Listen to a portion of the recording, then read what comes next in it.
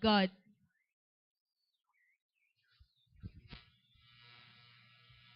And so we know and rely on the love God has for us. God is love. Whoever lives in love lives in God, and God in him.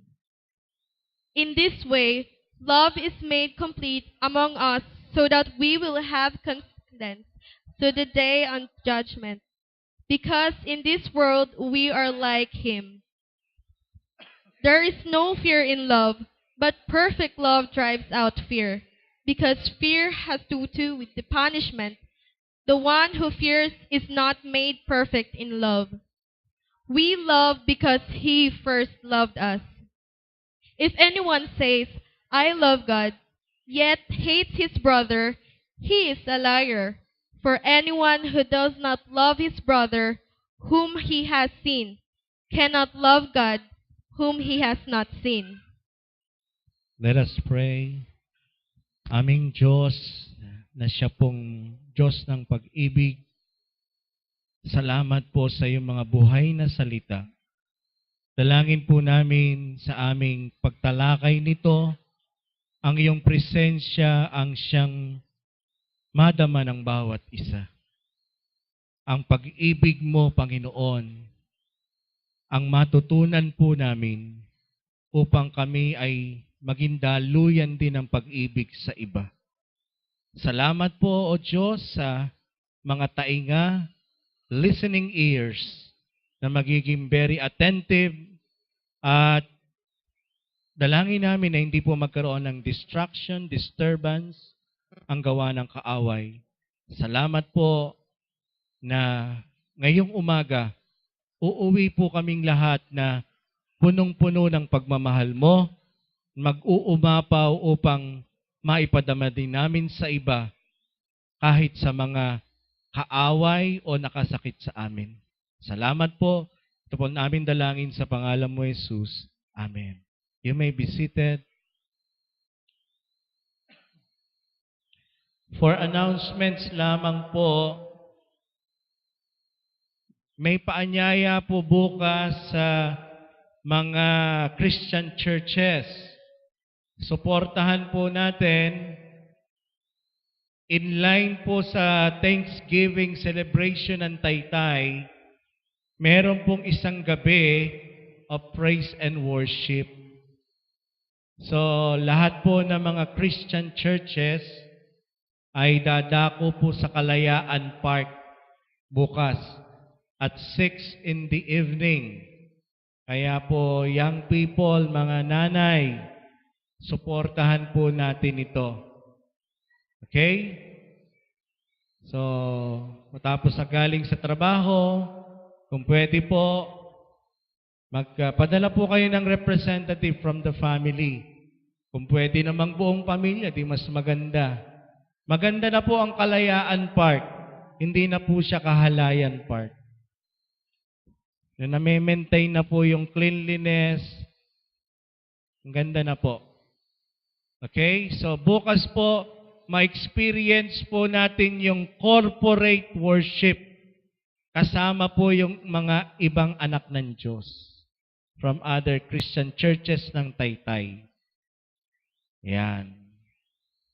Makamit tayo doon ng mga young people din. Makita din natin yung mga showcase of talents, mga special number. At ang kagandahan po nito, itataas po sa panalangin ang bayan natin ng Taytay. Yan. So, I encourage po. Minsan lang po ito sa isang taon, suportahan po natin. Okay? 6:00 po ng gabi. Yan. Okay? Kung masusuot po natin yung ating anniversary t-shirt, much better para po madali tayong makita-kita doon.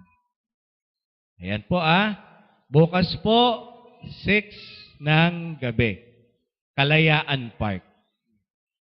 Ayan. Kung hindi alam yung Kalayaan Park, taga-Taytay ka ba? So bukas po 6:00 ng gabi sa Kalayaan Park. O kahit hindi taga-Taytay, pwede, Sarah. Yan. Tsaka yung mga taga-Antipolo. Bukas po yun. Kasi po next Sunday, yung pong mga manggagaling sa bayan, ano po kasi, piyesta po, Thanksgiving Day ng Taytay. Ano po ito? Hindi po ito yung piyesta sa santo. Ito po ay araw ng pasasalamat. Direkta po ito sa Diyos. Wala pong santo na, iba po yung San Juan Bautista. Pag June po iyon, yung San Juan Paligo. Ito po, talaga pong direkta sa Diyos. Okay? Kaya pwede po tayong mamiesta. Pwede tayong, kung inimbitahan kayo, pwede po. Kasi po, Thanksgiving Day to ng Taytay. Yan. Ito yung nami-miss ko sa biyenang ko, Ate Eva. Kaya lang, naging andating daan na. Eto, kahit ganun, wala sila. Yun ay sa demonyo daw. Ate, ganun sila ka higpit. Mahigpit pa sa Diyos. Yung biyenang ko nun, Dustin, pag tuwing piyesta, ang sarap ng nun, Sister Medi, embutido, hamonado, menu, lahat ng do. Opel, ang sarap. Yun ako na in love talaga kay Sister Lynn eh. Yung sarap ng luto ng biyenang ko. Ang sarap talaga magluto. At yun, talagang may pauwi pa kami noon. Kada fiesta, may ulam pa. 1 linggo naming ulam yon, Ate Andrea. May hamonado. Yung nakabalot, sarap. Bigla akong ginutom At saka yung embutido niya, Sister Irene, ang sarap ng embutido talaga. Lamang lang dun sa gawa mo. So, yun pwede po. Pwede tayo, kung naimbitahan kayo, wala pong yun. Wala po. Gina, naghahanda pa ba kayo? Gemma, hindi na kayo naghahanda? Maghanda kaya kayo? Ayan, yung mga taga-bayan. So, yan po, bukas, Then, ang young people, yung kanilang fellowship, excited tayo dyan on Saturday at 5 in the afternoon with a theme, a long and lasting or lasting love. Wow! Mga kabataan suportahan natin. At yung po mga invited ninyo, ayan, Wednesday, sama ka dyan, maganda yan. Sa Saturday. Wow. At sa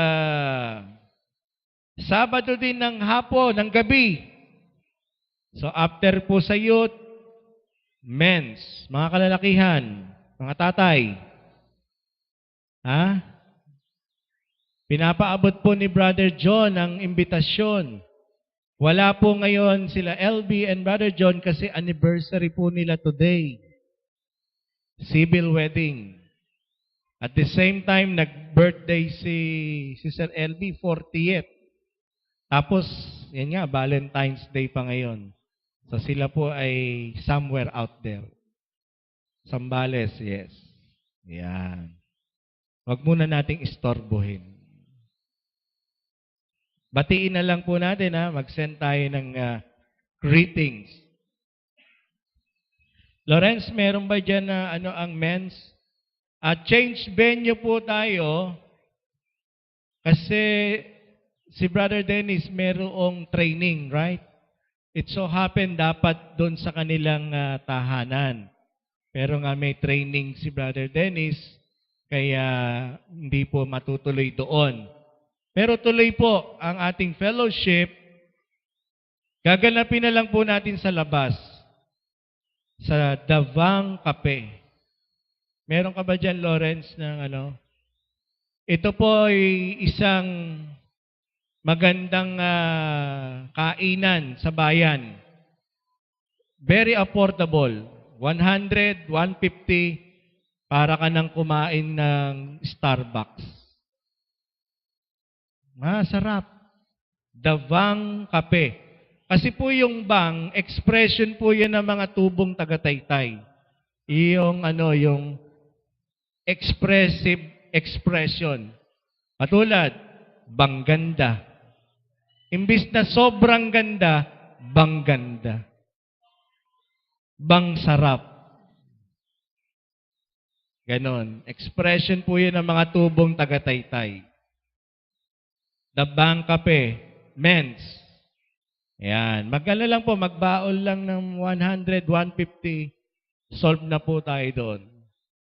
Okay? So, Brother Bones, mga Boyet, yung mga wala po dito, sabihan po natin. Ariel, Yes. Ruel, bahala ka na sa tribo ng Remo. Kila Jason. Si Joel ata, nasa Masbate ba si Joel? Parang mga layo ang project ni Joel, Sir Medi. So sana po, on Saturday, Tatay Johnny, pati po yung iba nating Bogs. Alan, off mo ba yan? Sabado? Yan, okay. Ang ganda po. Maganda po ang elegante, affordable, at masarap daw. Yun ang mga review. Nakakain na ba kayo dyan, Dustin? Maayos dyan. Ang problema lang dyan, parking. Kaya magmomotor lang tayo on Saturday. Brother Randy, ano po sa Sabado? Yan. Nandito pa ba si Brother Jobert? Brother Jobert. Sana makasama si Brother Jobert. Okay. At yung atin pong couples, minove po natin because of the availability ng ilan, gagawin po natin February 27. Yun na po ang ating magiging post-couples fellowship. February 27. Huling Sabado po ng buwan. And I encourage ang mga asawa, paglaanan po natin ito I'm working out, gawin po natin ito doon sa Sister Irene, sa High Rise Grill. It's a buffet restaurant sa may Marcos Highway. 300 po per head. So pag dalawa, magkano? 600. Buffet na po yun eat all you can. Sa may Marcos Highway, tapat ng Santa Lucia. High Rise Grill.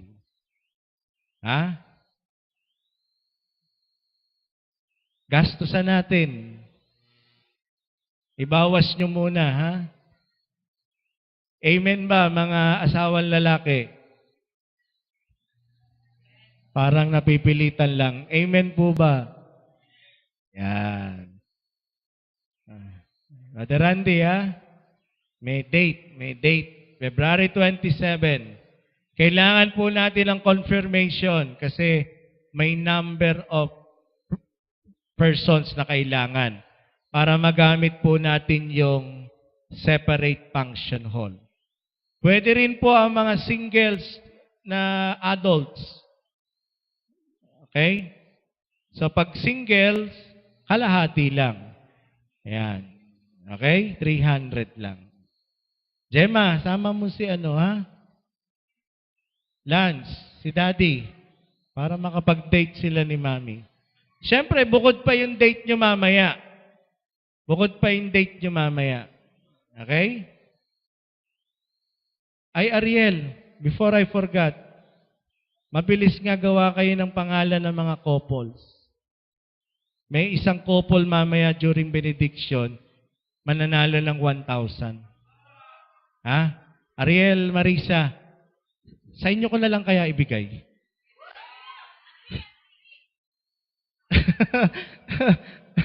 Kayo na lang kaya mag-date.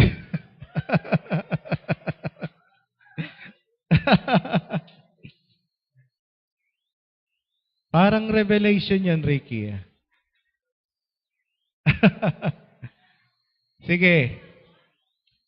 Bukod yon. May isang couple na uuwi mamaya. Then, bukod pa yung kay Brother Ariel. Amen? Amen. Hallelujah. Okay. Our message for, simple lang po ito. Hindi na natin pakahabain. Lawrence, nakuha mo ba yung song na ni-request ko? Pakinggan niyo po itong isang awitin, isang love song. Ito po yung title ng ating message.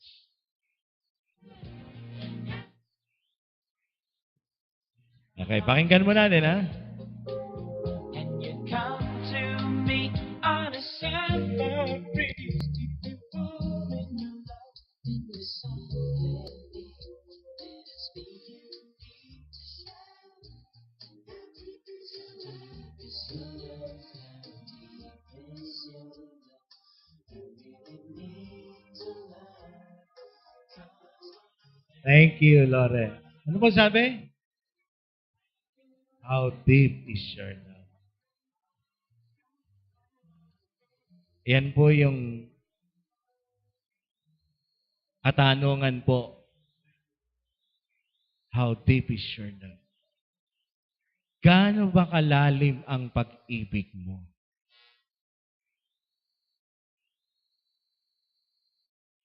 Natanong mo na ba yan sa sarili mo?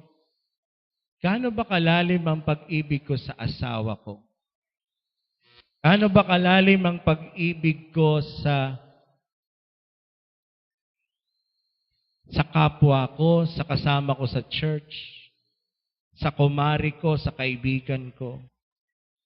How deep is my love? Okay? Una po, pag binalikan po natin yung ating talata, ang suma total po nito, God is love. Sabihin po natin, God is love. Siya po ang pag-ibig. He is not only a lover, but He is love Himself. Iyon po siya. Pag-ibig siya. Kaya po naman, ano po sinasabi sa atin? Natuto po tayong umibig dahil siya ang unang nagpakita ng tamang pag-ibig sa atin. We love because He first loved us. Unconditionally. Malinaw po yon. Kaya naman po, ano pong sinasabi? Dahil ang Diyos natin ay Diyos ng pag-ibig, dapat tayo din naman mabuhay sa pag-ibig. At kung sinasabi daw natin na tayo ay umiibig sa Diyos, pero namumuhi naman tayo sa isang tao, to ay brother, ibig sabihin yan, anyone, sino mang kinaiinisan mo, kinamumuhian mo, anong tawag sa iyo? Napakasakit po. Isa kang sinungaling. Ang sakit nun.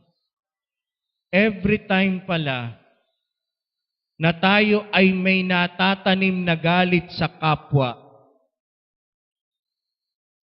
at sinasabi mong mahal mo ang Diyos, may nagwi-whisper na Holy Spirit, liar.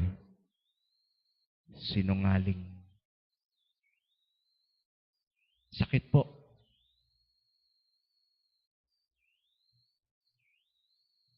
Natural po sa atin bilang tao ang magalit. Natural po. Pero ano po sinasabi ng Bible? Hindi dapat manatili ang galit. Kailangan yan mapawi, magpatawad, makipag-ayos. Hindi rin naman natin sinasabing agad-agad. Okay?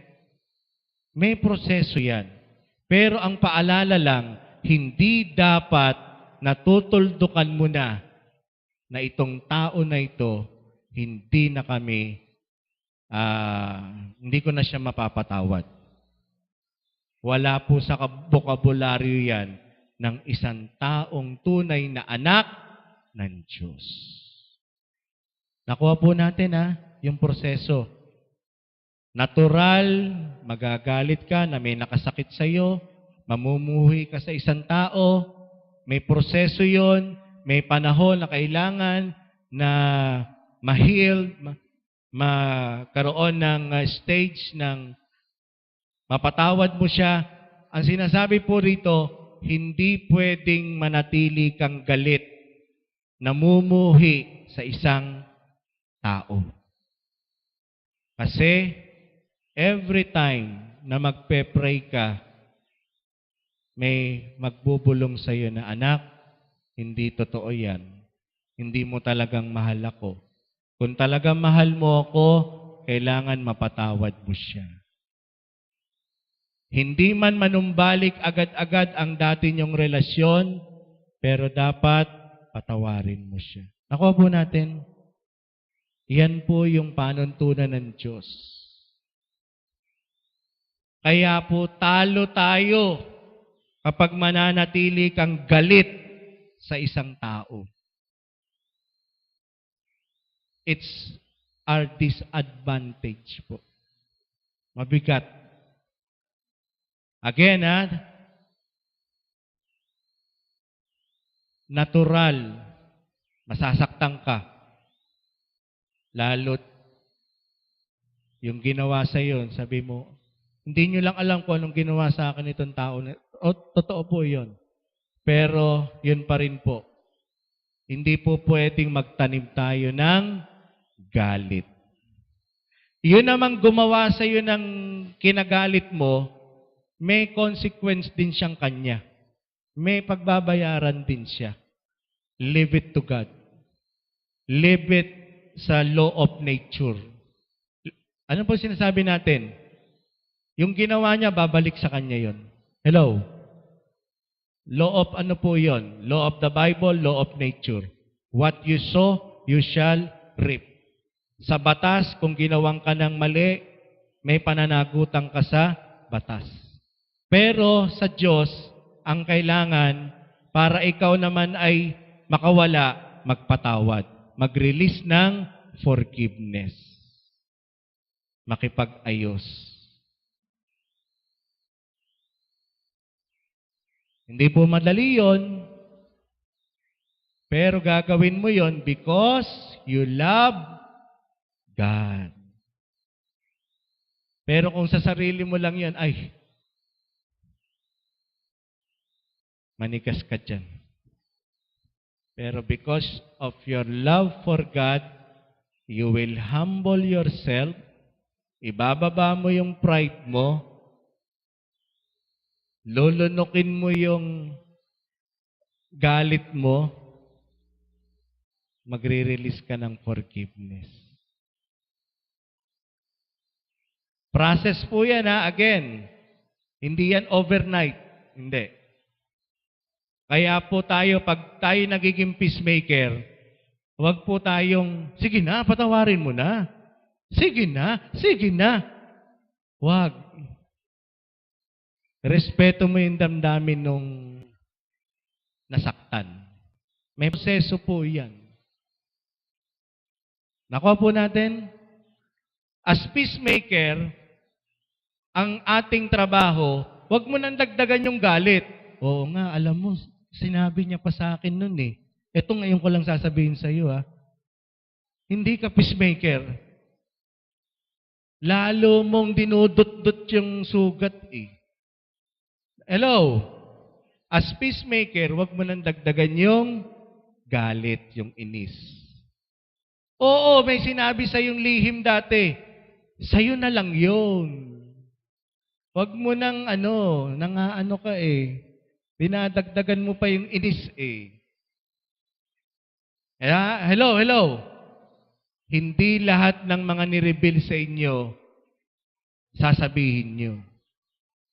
Kung alam niyong hindi na makakatulong yon, sa'yo na lang yun.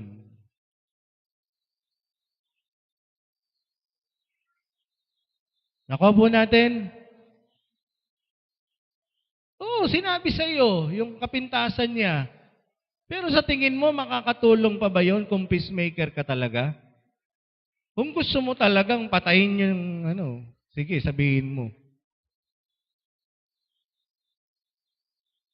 Lumalala minsan dahil sa sulsol. Di ba tayo nun, yung mga away bata? Ayaw mo naman talaga makipagsuntukan eh. Pero sasabihin, sige nga, hawakan mo nga yung tenga. Sige nga. Ay, duwag. So, ikaw naman, maano ka, ay, duwag daw ako. Pahawakan mo naman ngayon yung tenga. Gaganti naman yung isa, magbababag na. May mga talagang kampo ng demonyo eh. Ang gip mang sulsul eh. Ate Eva, may mga ganun eh, yung mansusulsul talaga. Mga pakawala ng demonyo yun eh. Pag may mga ganun kayong taong, layuan nyo. Layuan nyo yun, yung susulsul lang kayo na para lalong magalit, mainis. Talaga, sinabi niya yun? Oo! Rinig pa nga ni nandamay ka pa. Magkakaharap kami nung sinabi yun eh. O, tingnan mo yan, nandamay ka pa. Okay? As peacemaker, hindi dapat. Okay. So, yun po, malinaw.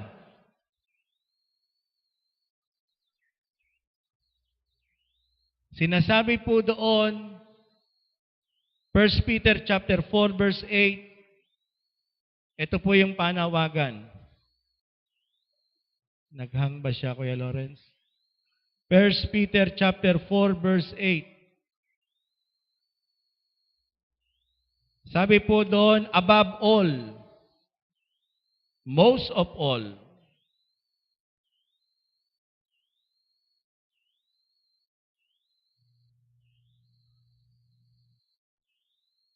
First Peter chapter 4 verse 8.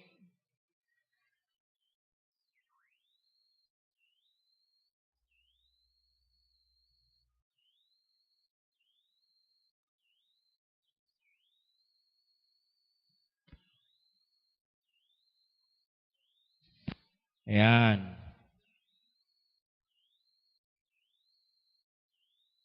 Sabi po rito,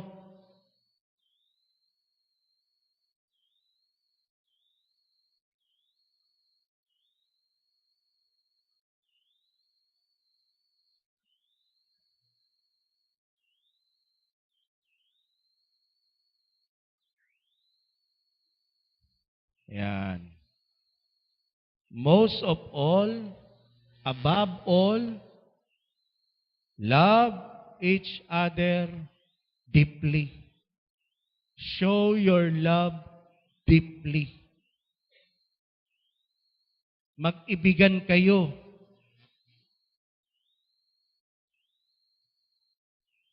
Sino po meron dyan sa Tagalog? Sige, Sir Seiya.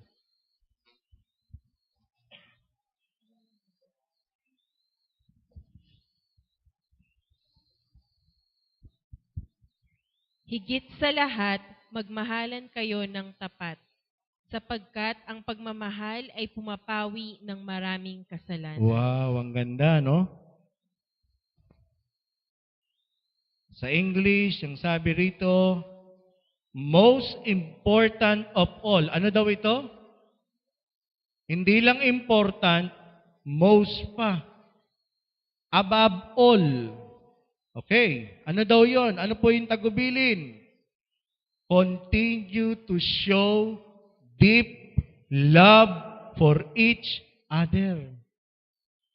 Malalim na pagmamahal sa isa't isa.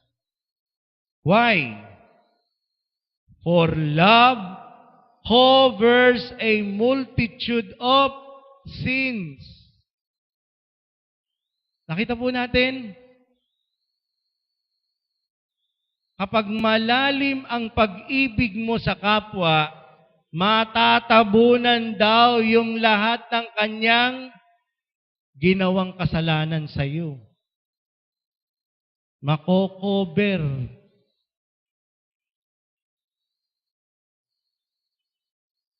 Magagawa mo lang yon if you love deeply. Malalim. Pero pag mababaw lang, hindi mo magagawang magmahal, magpatawad. Paano po magiging malalim ang ating pag-ibig kapag yan po ay rooted in God's love? Ibalik mo yung sarili mo kung paano ka minahal ng Diyos. Hello? I-compare mo yung sarili mo. Pag meron kang ganong klase ng pag-ibig, magiging malalim ang pag-ibig mo sa kapwa. Magagawa nating magpatawad. Ay, kung paanong pinatawad ako ng Diyos, magre-release din ako ng forgiveness sa kapwa. Ano po sabi? Above all. Most important of all. Ang tindi nung tagubilin. Siguro, ano pa yung ibang tagubilin? Magtulungan kayo, mag-pray kayo sa isa't isa, o magbigayan kayo. Ang daming tagubilin. Pero, merong pinaka-importante na mahalaga. Importante na, Dennis, mahalaga pa. Ano daw yon? Love deeply sa isa't isa. Parang sa asawa, magagawa mo siyang mapatawad because of your deep love. May gumawa sa'yo ng ganito, na-offend ka, o overnight, lumipas na yon, wala na yon. Kasi mas matimbang yung love. Yung love of God. Sabi hovers. Tatabunan niya yung mga atraso sa iyo. Deep love. Okay? So muli, ang sabi, pag tayo hindi marunong magpatawad, nagtatanim tayo ng galit, ano pong sabi ng Bible? We are called liars. At meron pang tagubilin, dito na po tayo magtatapos. John chapter 13, verses 34 to 35.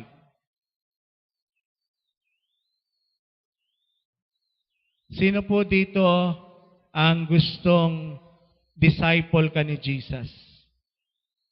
O siyempre, pag hindi ka disciple ni Jesus, kaninong disciple ka? Kanino? O, di ba?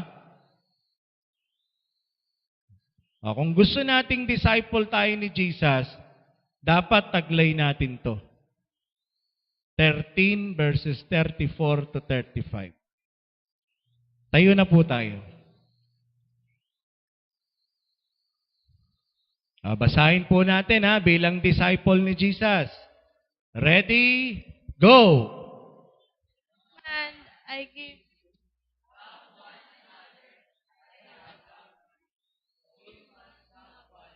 Verse 35.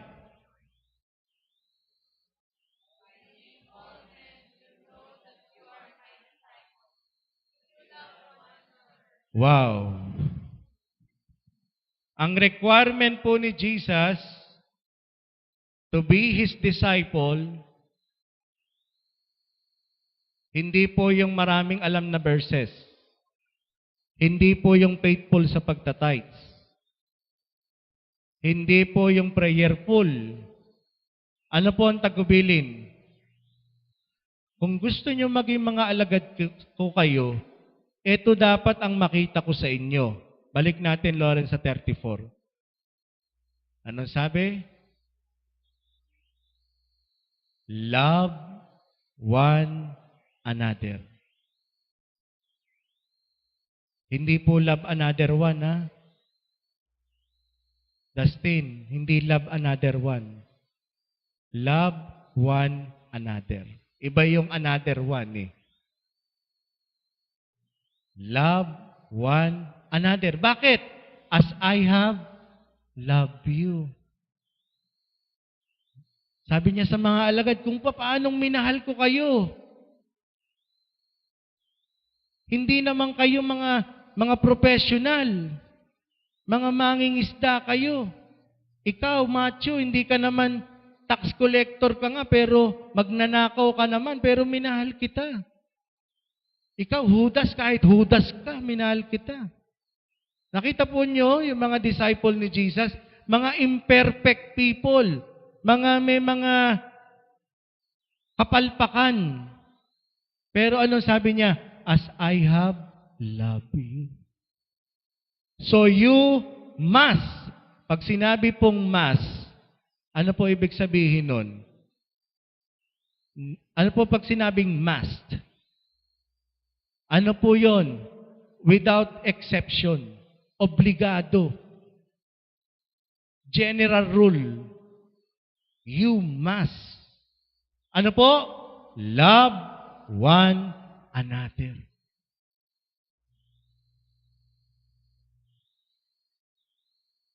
Hindi pala ako disciple pag hindi ko magagawa ito. Pag hindi ko magagawang patawarin itong nakakainis na taong ito. Hindi pala ako disciple pag maaasarla ko dito. Kailangan pala mahalin ko ito. Kahit ayaw ko kasi gusto ni Lord. Brotherly love ito, ha? Ngayon, kung asawa, anak mo yan, kahit nakakainis yan, mamahalin mo pa rin yan. Not because of blood relation, but because of the love of God. Lahat po tayo dun babalik. Hindi, kasi ganito ginawa. Ikaw nga, pinatawad ka ng Diyos. Sige. Doon tayo babalik talaga.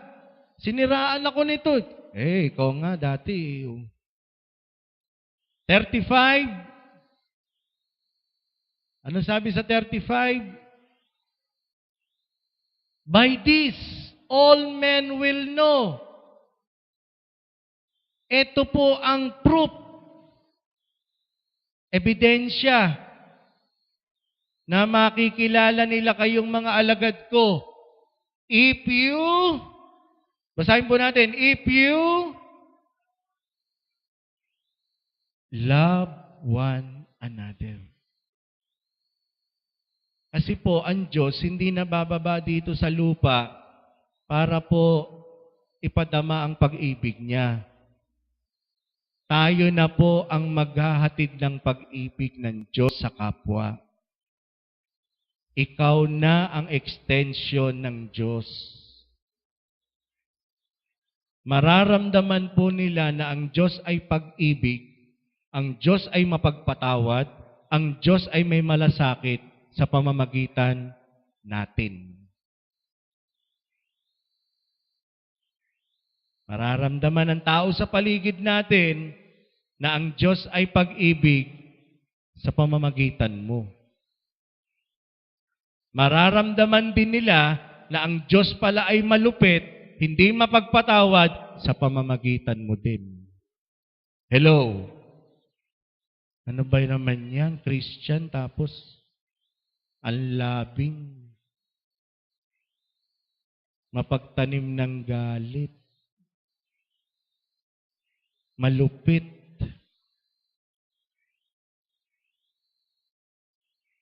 Madamot. Makasarili. Mararamdaman po yan ng kapwa through us. At kung sasabihin nating disciple tayo ng Lord, dapat po, kung ano yung Lord na pinagsisilbihan natin, iyon po ang maipadama natin sa kapwa. Kung ang Diyos natin ay isang forgiving God, dapat matuto rin tayong magpatawad. Not to the extent aabusuhin tayo. Hello? Ano po ibig sabihin nun? Magpapatawad ka, pero God is just. Ibig sabihin, kung dahil sa ginawa mo sa akin, nasira yung tiwala ko sa iyo, sorry ka. You lose my trust. Pero sige, I forgive you. Pero this time, hindi ka na basta-basta magbibigay sa kanya ng tiwala. Iyan naman ang sinasabi sa atin na paalala. Huwag naman nating abusuhin na, di ba, sabi ni Pastor, ang Diyos natin pag-ibig, kalimutan mo na yung utang ko. Hindi naman ganun, abuso naman yun. Pinapatawad na kita, pero magbayad ka pa rin ng utang mo. Ngayon, to show my kindness, hindi naman kita pasusukahin niya ngayon na. Gawin mo linggo-linggo. Huwag naman abusado. Nakuha po natin. O sabi mo, pinatawad mo na ako, bakit parang hindi ka na-close sa akin? Eh, ganun talaga. May ginawa ka eh. Pagtrabahuhan mo ali yun para maging close kayo. Amen? Amen? Talagang ganun, may ginawa ka eh. Pastor, sabi, pinatawad na ako pero hindi na malambing. Pang-asar ka eh, may ginawa ka eh. Pagtrabahuhan mo yon para bumalik yung lambing. Di ba, Ricky? Hindi porket, sabi mo, pinatawad mo na ako. Suyuyuin mo aliyan. Ibabalik, pagtatrabahuhin mo aliyan. Respect is being earned. Hello? Ang respeto, hindi basta binibigay yan. You earn respect sa ginawa mo.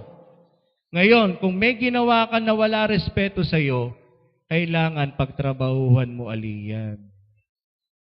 Kaya paalala din yan na huwag tayong basta-basta gagawa ng mga bagay na pinagtrabahuhan mo ng matagal, tapos sa isang iglap, babasagin mo lang. Lalo na yung tiwala, ang hirap ibalik nun. Ang hirap ibalik ng tiwala.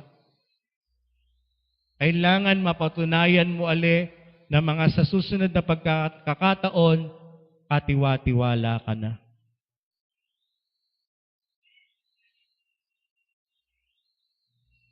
Kaya huwag kang ma-offend. Kunyari, may chismis na kumalat. Tapos ikaw na naman siguro si sister gano'n na naman ang pinanggalingan nun. Huwag kang agad ma-offend. Kasalanan mo kasi yan. Chismosa ka dati eh. Ikaw ang laging pinanggagalingan eh. Huwag kang basta ma-offend. Talagang consequence yan. Ngayon, kung talagang hindi na ikaw ang pinanggagalingan, ipoprove ng Lord, hindi ikaw yun.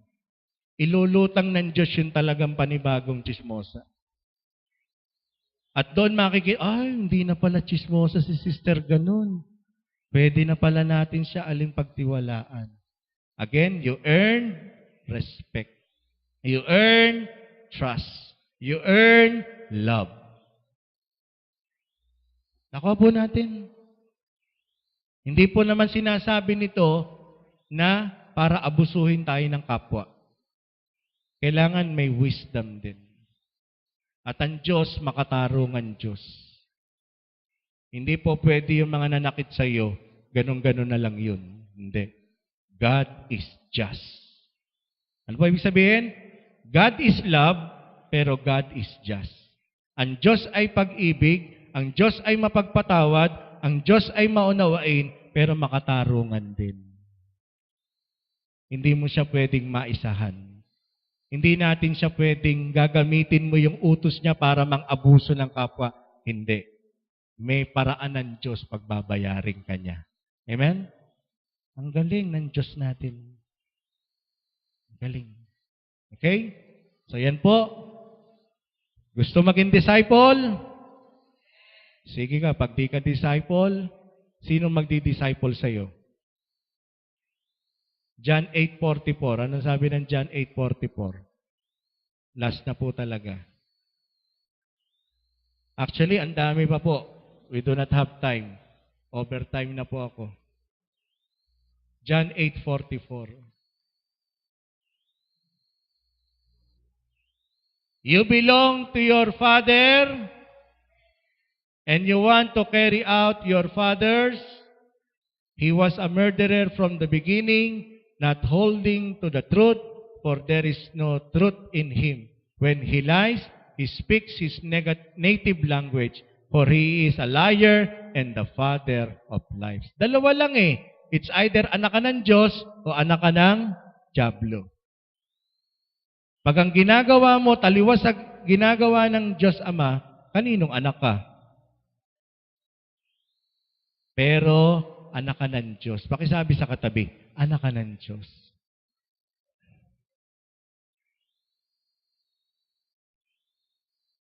Nung ikaw ay magsisi, ginawa mong Panginoon, ginawa mo siyang Lord sa buhay mo, you are a child, a son of God. John 1:12. Kaya yung mga pandaraya ng kaaway, do not entertain. Anak ako ng Diyos, magpapatawad ako. Anak ako ng Diyos, uunawain ko itong kapatid na ito. Anak ako ng Diyos, mamahalin ko ito. Kasi ano po sabi pa ng Bible? Kung ang ginagawan mo ng mabuti ay yung gumagawa rin ng mabuti sa iyo, anong pinagkaiba mo? Even sinners do that. Kung ang minamahal mo lang yung nagmamahal sa iyo, even sinners do that. Kung ang binibigyan mo lang yung nagbibigay sa iyo, even sinners do that. Anong kaibahan mo sa kanila? Yan ang kaibahan natin. Ginagawan ka ng hindi maganda, gagawan mo pa rin ng maganda. Hindi ka binabate, bilang anak ng Diyos, ano gagawin mo? Ikaw na ang bumate. Diba? Sa mag-asawa lang eh. Kung hindi ka mag-i-initiate, you will just prolong the agony. Okay na yung magtampo maghapon, Brother Bones. Pero yung paabutin nyo pa kinabukasan, wag na. Hindi na healthy. Overacting na yun. Dadamay nyo na yung mga anak nyo. Walang masarap na pagkain kasi wala kang gana magluto. Tingnan nyo, damay-damay na yan eh. Pati aso nyo, damay. Gutom din eh. Ha? Gutom din eh. Pero kung may magte-take ng initiative na siya na ang magbababa ng bandera, pistok na yan. Di ba? Di ba? Ako, yan na po ang binago ko sa akin. To tell you frankly, naririnig yan ni Sister Lynn kasi recorded po yung ating message. Ako po talaga before, pag ako nasaktan, mahina ang 3 araw, talagang titiisin kita. Ganyan po kami. Talagang hindi ako sasagot sa Facebook, hindi ko sasagutin ang tawag, para ipadama ko sa iyo, mali yung ginawa mo. Ganon po ako dati. Pero, tinuturuan tayo ng Diyos. Ngayon, most of the time, ako na po ang sumusuko. Ako na ang nagpapakumbaba. Ako na ang gumagawa ng pagkakasundo. Why? Kasi ang hirap din naman. Ilang araw kang... Ang hirap ng ganon. Yung titiisin mo yung mahal mo naman. Di ba, Andrea? Titiisin mo. Pero mahal mo naman. Ikaw din ang mahihirapan. Okay lang, tiisin mo mga isang araw.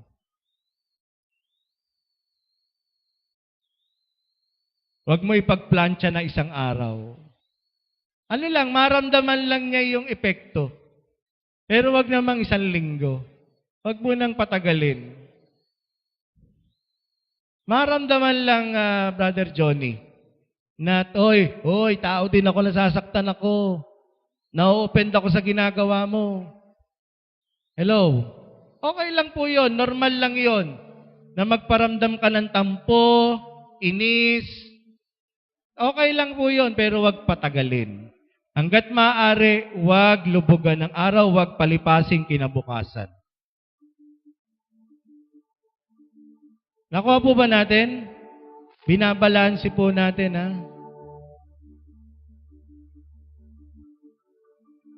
Ngayon, depende rin sa bigat ng kasalanan. May mga bigat po ng kasalanan na kailangang temporary separation. Lalo na pag unfaithfulness, medyo mabigat po iyan. Hello? Pag ang issue po in unfaithfulness, ibang level na yon, Brother Books. Pag yung pagtataksil na, ibang usapan na po iyon. Ibang level na yon. Medyo mahigpit na po ang ano ng Bible dyan. Pag may issue na, denis ng pagtataksil, medyo mabigat na iyan. Kaya hanggat maaari, do not give the devil a hint. Huwag mong bigyan ng pagkakataon ang dyablo na makapasok dyan sa issue na yan ng pagtataksil. Like last Sunday, ano po yung tinalakay natin? Our God is a jealous God. Tayo, natural lang na magselos.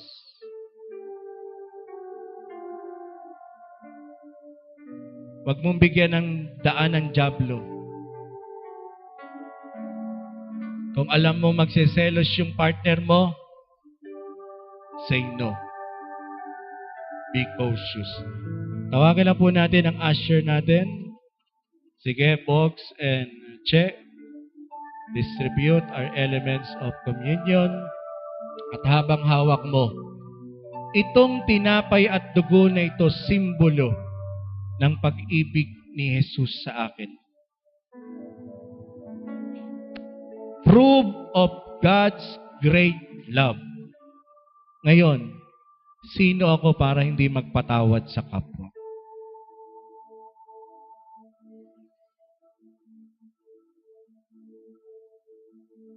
Ang sakit ng ginawa sa iyo, sakit na salita, pero wala nang sasakit. Si Kristo na walang kasalanan, ipinuhos sa Kanya lahat ng kasalanan ng mundo. At ito po iyon. At the cross, His blood was shed for you. Kaya every Valentine's Day,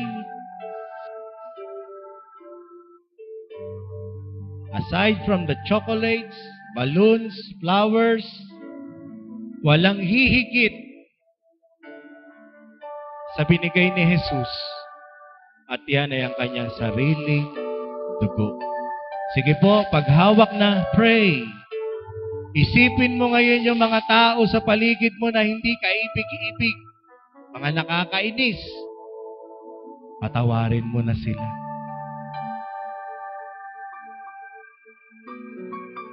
Mahalin mo din. Kasi ganyan ka din. Pero tayo ay minahal, pinatawad, tinanggap ng Panginoon. Isipin mo ngayon, Lord, help me to release forgiveness, to release love sa mga taong nakasakit sa akin, and Lord, give me the courage. Ako na po ang gagawa ng effort para kami ay magkausap, magkaunawaan because of my love for you. Sige po, pray. Alam ng Diyos ang sitwasyon mo ngayon. Alam ng Diyos ang pain na naidulot sa iyo ng mga tao na nakasakit sa iyo. Ipanalangin mo sila ngayon. Ipanalangin mo din na tulungan ka ng Diyos na yung pag-ibig niya ang maging daan para makapagpatawad ka rin sa iba.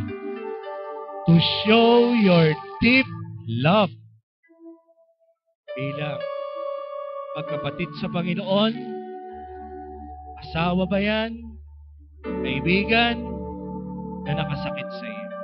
Hallelujah. Hallelujah. Salamat po, Panginoon, sa pag-ibig mo.